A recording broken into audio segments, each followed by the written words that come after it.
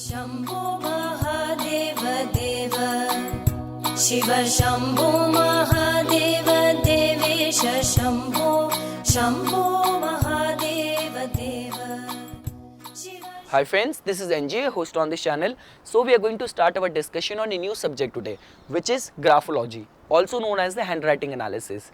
So to begin with, guys, I just want to clear you that I'm not going to take a detailed route on graphology like the way I have covered the syllabus of palmistry.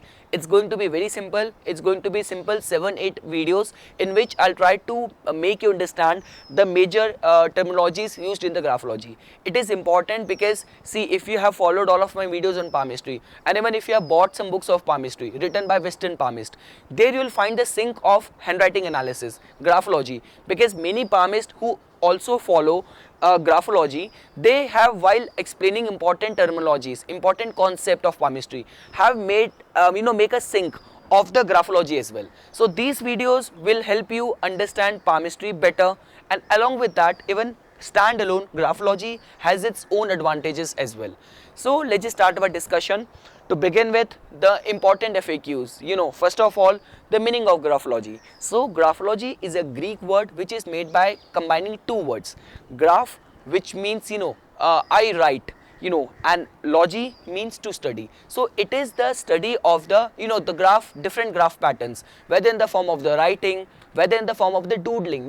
While sitting idle in the meeting, you are writing something in the back of your notebook, so that also has got some meaning, which is going to tell you something about that person's psychology. And along with that, painting, sculpting, so all of that come under the study of the graphology.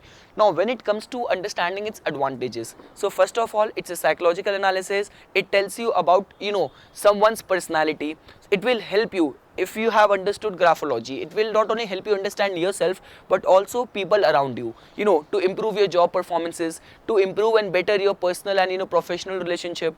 It will also create new hobbies for you. So these all are remain to be the advantages of the graphology. It will also tell you about the medical aspect, someone's psychological state, that also we can get to know because of this, the criminology, the psychology. So all that get covered if you know the graphology.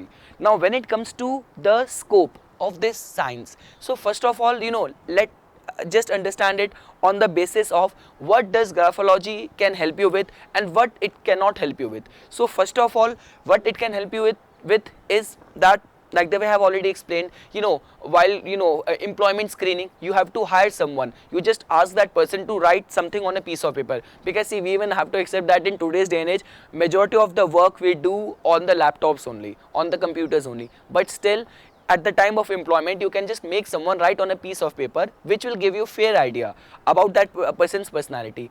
How that will be, that we'll discuss in this 7-8 video series, but yeah, it can help.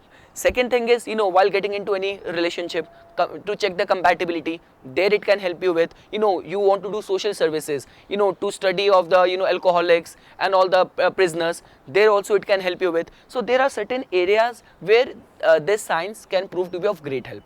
Now comes the question where it cannot help you. So first of all, it can't tell you about someone's race, someone's gender, someone's past events. So those are all are certain areas where this science cannot help you with. See, when it comes to understanding and distinguishing the gender, so there might be different case that women while writing, they write in a very decorative fashion, they exert less pressure while writing. When it comes to men, they write with heavy pressure, they have heavy crossings. So those all things can help you with, but apart from that, this science cannot give some concrete information about distinguishing the gender. And same goes with the past events. See, this can now tell you about the hereditary or the past life events which an individual has gone through.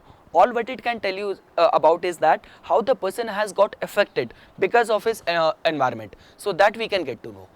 So this is about the scope of the graphology. Now when it comes to understanding the underlying principle of graphology, so like the way our neurological pattern has got a corresponding effect on the neuromuscular pattern. So I'll make it simple, very simple terminology, that our emotions, create a change in our physiological system. The way, if you are scared, if you are kind of very in a very fearful state, so automatically you might even, your heart will start beating up fast, you might even start sweating. If you are very happy, if you are very cheerful, that will automatically get affected on your facial expression. So same ways, it has been believed that by the reflexologist, which is also truth, scientific evidence, that our fingertips carries the ending of the 3000 different nerves on a per square centimeter of our fingertips. And if we can stimulate our index finger and the thumb, equal level of stimulation and the part of the brain can be activated. So this is what has been believed, and it is up to an extent very true. I'm going to show you some reference examples of the signatures of the successful person, and the way all those cases where the person is very self-castigated, person is very depressive, melancholy, so how the signature and the writing of that person gets reflected. So we will discuss all of that in this series. So this was all about the simple FAQs which you need to understand of the graphology. Now when it comes to understanding the basic terminologies, because I do not want to straight away jump into the discussing important topics, the terminologies, because terminologies, there are certain names by which you will find in the different books of the graphology, handwriting analysis. So first being, see, this is the typical case. Let's let's understand it on this particular parameter. First of all, why I have made it, because each, like the way in our hand there are three worlds. This top is the mental world, which tells about the intellectual qualities. Second is the practical world, which tells about your daily routine, daily mundane duties. And last is the physical world, which tells about indulgences, food, sex, alcohol. So we see from the physical world. Same ways, if you have to study the science of graphology, you have to study it on the level of three worlds. And same is the case, which same is the pattern in which even children were taught in school, at the time when they just start learning how to write. So this is something which we will understand it. First of all, this top line here is known as the ascender. So the top line is known as the ascender. Then we have the bottom line, which is known as the descender. This line is known as the descender. This line where this alphabets are on the base line is known as the writing line or the base line, and this line is known as the mean line. So this is our mean line and this is our base line or writing line. So now what is going to happen is that there are certain alphabets out of the 26 total alphabets. There are certain alphabets which are known as the monosonic. So like A, S, U, V, they are monosonic. Then we have alphabets like H, B, F, which are known as the bisonic,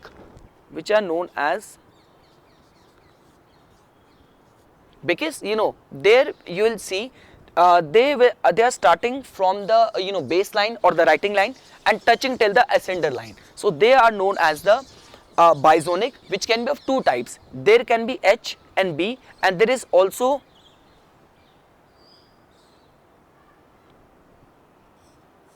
P, Y, which like the Y, which is touching the descender line. So we have the biosonic, we have the monosonic, and we have the trisonic, which is only F. So we have trisonic, which is only F, because in the case of F, not only it is touching, alphabet is touching the ascender line, descender line, and standing on the stationed on the base line, the writing line. So this is a basic overview of the ascender and the descenders. Now you will find certain terms in the books of the graphology, term like stem. So if you are writing like this, so this portion is known as the stem. This vertical line is known as the stem in alphabet. Now what do I mean by the bowl? So this portion of B, this portion which is in between this mean line and the writing line is known as the bowl. Now what is the loop? Loop is if you write y like this, so this is known as the loop. Now when it comes to the serif, what is serif? Serif is something like this. So this is known as the serif. Now is the cross stroke. Cross stroke is something like this. If you are making a T, so this is known as the cross stroke, the way you have crossed it, because all of these things will hold a lot of importance when we'll start discussing the personalities, different personalities. Like a aggressive person will have a different style of making a cross, a submissive person, a timid person will have a different style of making a cross. So these are the terminologies which you need to understand in order to get into the journey of the graphology. Then is the money bags. So when I say money bags, J, Y and Z, these three alphabets are known as the the money bags. The more the loop, the more wider space the loop will make, the more the person will have the ability and thinking of holding the money. So this is about the basic terminologies which we can understand. Now when it comes to understanding the applied graphology, because see, this is a very first introductory video. I do not want to even start using teaching all those important principles right from the very first video. I just wanted to give you a brief overview, a sneak peek of the usage of graphology. So let's say, for example, what has been when it comes to checking the personality of different kind of people, so how to spot the talkativeness. So whenever you will find the alphabet A or alphabet O little bit open from the top, so this just tells about that the person is very talkative. Then when it comes to checking someone who is flirt, so in a flirtatious person's writing, you will find the cross of the T to be in a wavy kind of formation. Let's say, for example, if you want to see the person who is very ambitious, so for that person will have a long cross with ascending upwards, and even that person's writing would remain to be very much ascending upwards. So like the way Devi Niti, so as you can see, it's going upwards. So ascending writing style along with a long crossbar on T just tells about that the person is very ambitious. Next is about the sign of jealousy. How to see the sign of jealousy? So anytime you will find these kind of loop which person uses while writing alphabet, specifically M and N,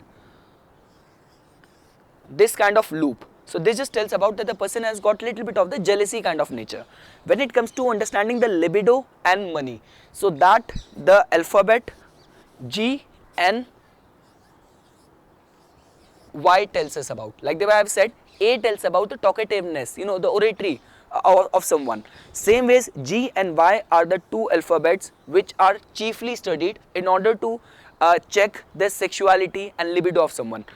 What all are the variations which will make someone highly sexual or less sexual, less interest in sexual acts, that we'll discuss further in these videos. So that is the only reason why I'm saying that there is a sync of graphology and palmistry. So let's say, for example, along with studying finding a variation in the writing style of G and Y in someone's handwriting, and you have also found the amount of Venus to be very prominent, the gradle of Venus to be broken on someone's palm, so that would just confirm your reading that the person is very libidinous. So that is the only reason graphology is also equally important. Now when it comes to the ego, so in order to check the ego, we have to check the I, even the dot which we put on the I tells about the ego, how egoistic a person is.